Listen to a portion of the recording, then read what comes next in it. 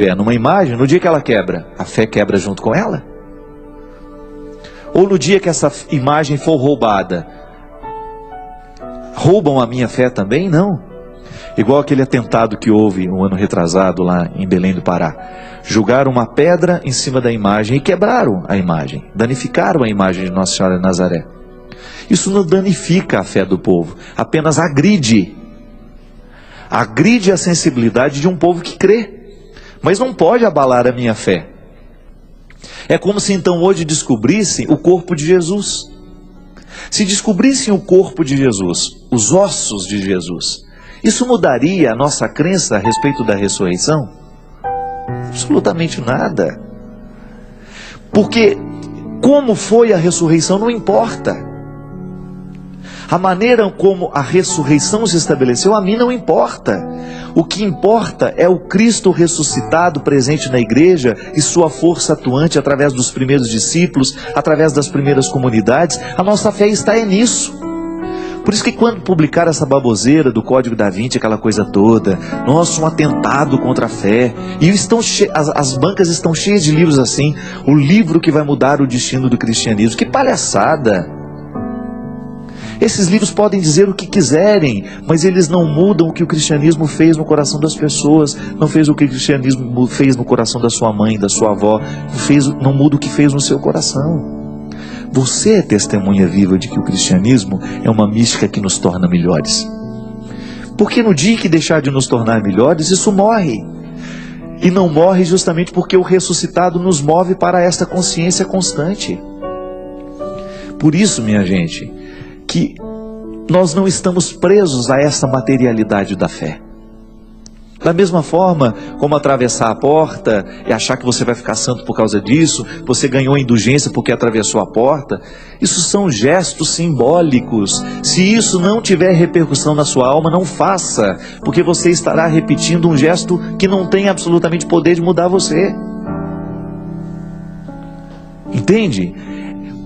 O que você precisa buscar verdadeiramente é o que está por trás das palavras. Igual muita gente acha que a Bíblia é a palavra de Deus, ela é sagrada, mas o livro, não.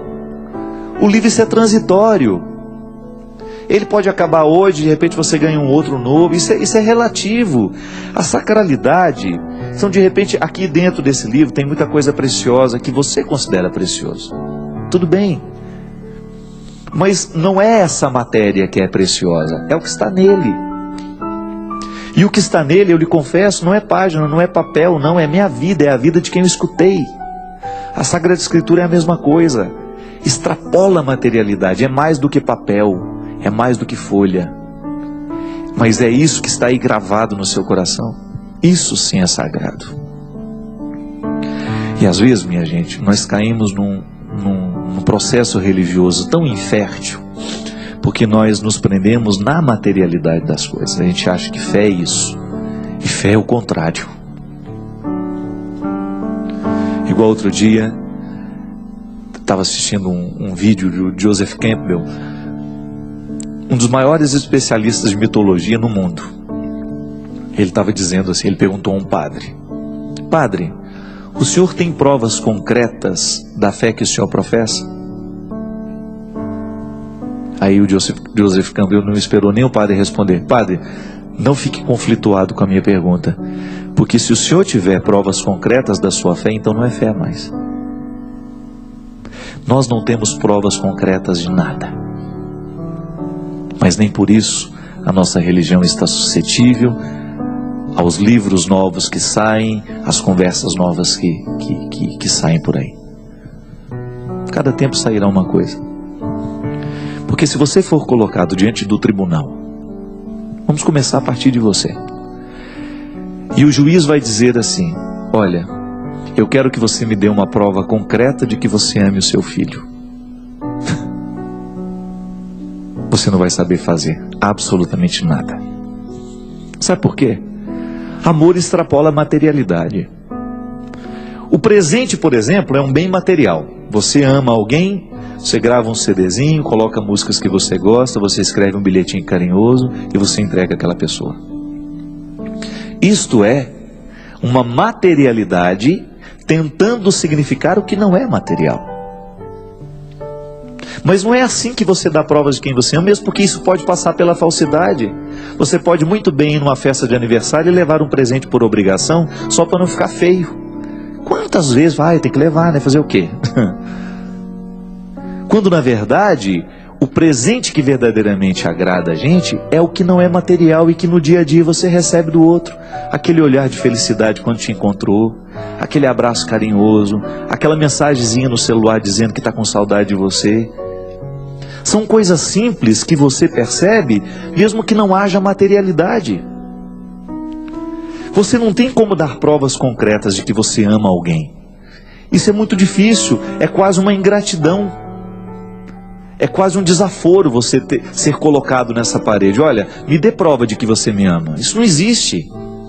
E só os imaturos pedem prova de amor, né? Os inseguros. Eu quero que você prove que você me ama. Pelo amor de Deus, eu não tenho como provar nada. Se eu não for competente o suficiente para fazer você sentir que eu te amo, então eu realmente não amo.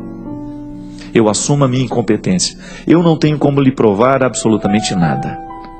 Agora, se o meu jeito de viver não é o suficiente para você entender que eu te amo, então eu não tenho o que fazer. Eu não tenho o que falar. Esse é o contexto da fé. Quando você não tem o que oferecer materialmente, mas você está ligado de outra forma.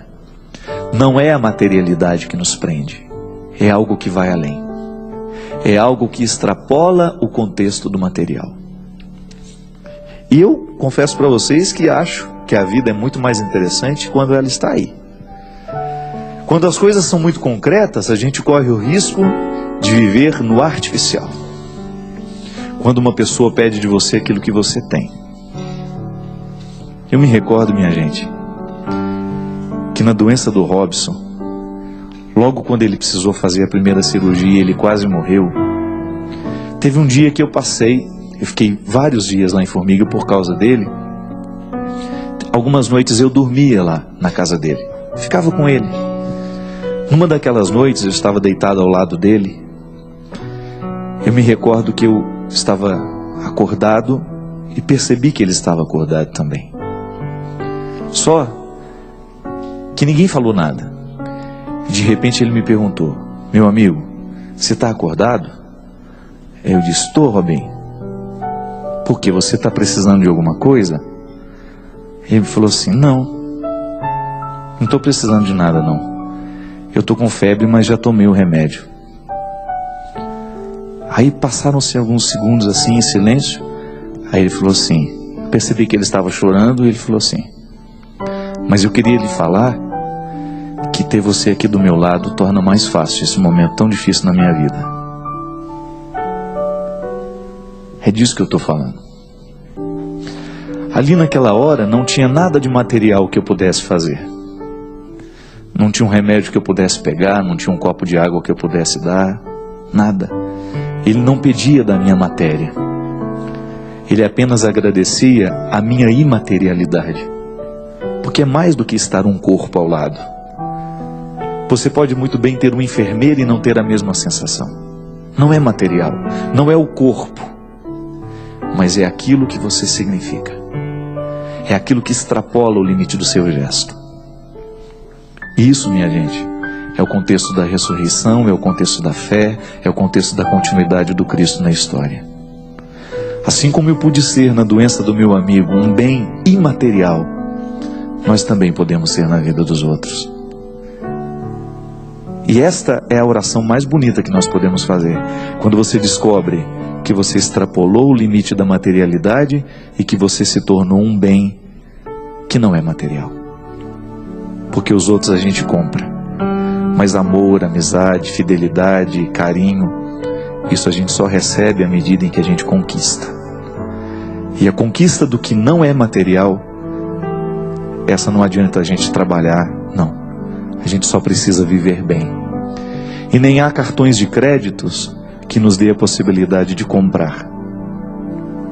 Quem conquistou, conquistou. Eu desejo que você conquiste e que você ofereça a tantos que precisam de você. Derrame sobre o seu coração a bênção do Deus Todo-Poderoso. Ele que é Pai, Filho e Espírito Santo. Amém.